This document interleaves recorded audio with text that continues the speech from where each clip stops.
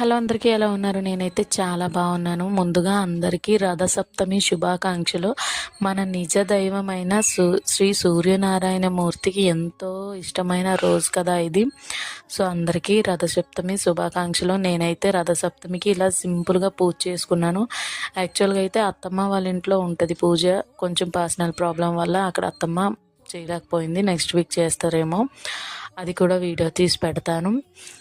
And ఈ year అయితే నేను సింపుల్గా మా ఇంట్లోనే రథసప్తమి పూజ అయితే చేసుకున్నాను. ఫస్ట్ టైం నేను ఇట్లా చేయడము. నాకు పెద్దగా తెలియదు. యాక్చువల్గా అమ్మ వాళ్ళ ఊరు శ్రీకాకుళం. ఆ శ్రీకాకుళంలోన అరసవెల్లి సూర్యనారాయణ మూర్తి గుడికి అయితే వెళ్ళేదాన్ని ప్రతి ఇయర్ పెళ్ళి కాకముందు.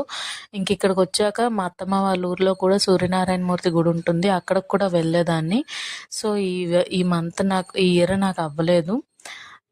టైం చూసుకొని అయితే ఖచ్చితంగా వెళ్ళాలి. సో మార్నింగే ఇంట్లోనే పూజ చేసుకుందామని ఫిక్స్ అయిపోయాను. మార్నింగే లేచి నేను, మా పాప, మా హస్బెండ్ జిల్లేడు, తర్వాత ఏమో రేగికాయలు, వీటితో అయితే తలస్నానం చేసేసి నీట్గా రెడీ అయ్యి ముందు పూజకి అయితే స్టార్ట్ చేసేసాను. ఇలాగ పరమాన్నం వండేసి దేవుడి దగ్గర చెరుకు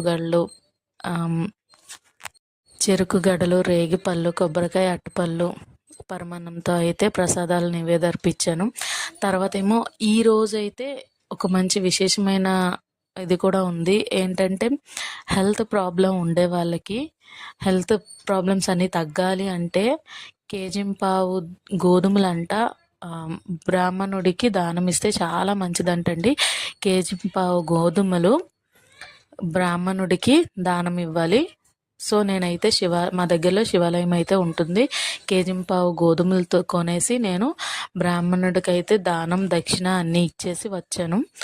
ఇంకా అలాగే శివాలయంలో కూడాను చక్కగా దర్శనం చేసుకొని పూజ అన్నీ చేసుకొని ప్రశాంతంగా ఉంది శివాలయం కూడా. మనసుకి ఎంతో బాగా అనిపించింది. ప్రశాంతంగా దర్శనం చేసుకొని ఇంటికి వచ్చేసాము నేను, పాప. అయితే ఈ ఇయర్ చాలా పీస్ఫుల్గా రథసప్తమి అయింది అనిపించింది నాకైతే. ఏ ఇయర్ కూడా నేను ఇంత మంచిగా అయితే చేసుకోలే. అన్నీ కూడా నా చేతుల మీదుగా అయితే జరగలేదు. సో ఈ ఇయర్ అయితే మంచిగా అయింది. నాకైతే చాలా హ్యాపీ అనిపించింది. మనసంతా ప్రశాంతంగా ఉంది. ఆ సూర్యనారాయణ మూర్తి అందరికీ కూడా మంచి ఆరోగ్య ఐశ్వర్యాలు ఇవ్వాలి అని మనస్ఫూర్తిగా అయితే కోరుకుంటున్నాను. నా రథసప్తమి అయితే ఇలా జరిగింది.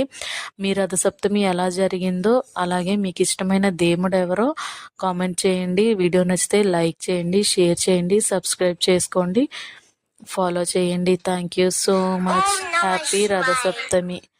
అందరూ హ్యాపీగా ఆరోగ్య ఐశ్వర్యాలతో